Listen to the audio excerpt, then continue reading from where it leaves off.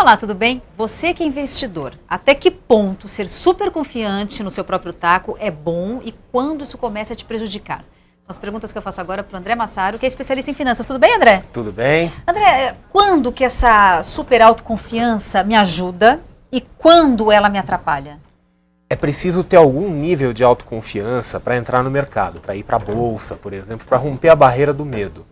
O problema é quando a autoconfiança fica excessiva. Por exemplo, quando é que isso acontece, André? Existem vários momentos em que a gente pode identificar, mas um caso clássico é aquele sujeito que ele entra na Bolsa de Valores, quer dizer, ele acabou de ler um livro, conversou com alguém, etc e tal, aí ele faz as 3 ou 4 primeiras operações da vida dele e ganha. E a partir daquele momento ele se acha um gênio financeiro que não erra nunca, e aí começa a ficar relaxado com questão de risco, etc e tal. Quer dizer, ele fica com aquela sensação de que ele não erra mais. Então esse, por exemplo, é um caso clássico em que o excesso de autoconfiança acaba nos levando por um caminho ruim. E como é que a gente faz para não chegar nesse ponto, André? Para não precisar perder um monte de dinheiro para falar, nossa, eu não sou tão bom assim. Infelizmente, a maioria das pessoas acaba tendo que perder um monte de dinheiro para aprender, né? Então, assim, uma primeira recomendação, perca pouco. Porque já que o processo de aprendizado é assim mesmo, né, então controle-se no começo para entender direito como o mercado funciona e depois fazer as coisas assim dentro de uma metodologia de risco mais consistente. Outra forma é tentar criar as regras e os procedimentos antes de ir para o mercado. Então, assim, é fundamental que a pessoa ela tenha uma metodologia de operação, que ela tenha uma filosofia de operação, que ela tenha regras para si mesma, do quanto que ela vai investir, aonde ela vai investir, que horas, em que momento que ela vai sair, seja com lucro, com prejuízo, e seguir aquelas regras. É uma questão disciplinar. Ela precisa seguir aquilo de forma assim, bastante rígida e não tomar decisões no meio da operação. Quando nós estamos no meio da operação, nós estamos envolvidos emocionalmente com uma coisa que a gente não tem controle. Qualquer decisão que a gente toma nesse momento, há um grande risco de ser uma decisão errada. Então o lance é você ter algum equilíbrio, é isso, André? E quando você fala de dinheiro, conseguir esse meio termo não é uma coisa tão fácil, né? Sim.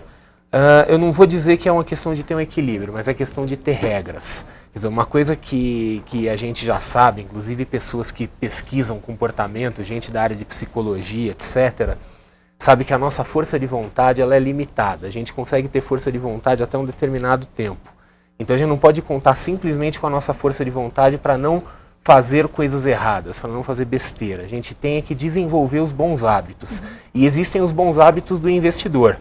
Entre outras coisas, o investidor ele precisa seguir as regras que ele mesmo traça, ele precisa limitar o risco dele, fazer uma boa diversificação. Isso são coisas que acabam virando hábitos. E André, qual que é o papel da família nesse momento? No momento que a pessoa está se tornando investidor, ou então ela está super envolvida naquele assunto, naquele projeto de fazer dinheiro, de aumentar o patrimônio da família. Qual é o papel da família para poder ou acelerar o processo ou pôr o pé no freio? A família ela pode tomar algumas medidas, ela pode identificar se a pessoa está indo por um caminho que talvez não seja o melhor. Então, por exemplo, quando investimentos começa a virar o assunto recorrente o tempo todo, quer dizer, está almoçando falando de investimento, jantando falando de investimento, dorme, fala de investimento enquanto está sonhando, né? Outro sinal, às vezes, é quando a pessoa começa a esconder o resultado dessas operações da família. Então, assim, perde dinheiro, não fala, mas aí as pessoas percebem porque ela fica irritada, né, e hostil, todas essas coisas. Então, isso são sinais de que a situação está saindo do controle, que o investimento está deixando de virar uma coisa saudável e está virando um vício. Quer dizer, o limiar em que o investidor passa a ser um jogador. Isso é uma coisa bastante visível, a família, as pessoas próximas conseguem identificar. E, obviamente, aí precisa de um pouco de dureza, de rigidez, vamos dizer assim, para tirar a pessoa do caminho se isso acontecer. É isso, André. André, muito obrigada por terminar a economia. Até uma próxima conversa. Até a próxima. E obrigada a você também que acompanha aqui mais essa entrevista. A gente fala um pouco mais sobre a confiança do investidor. Até a próxima.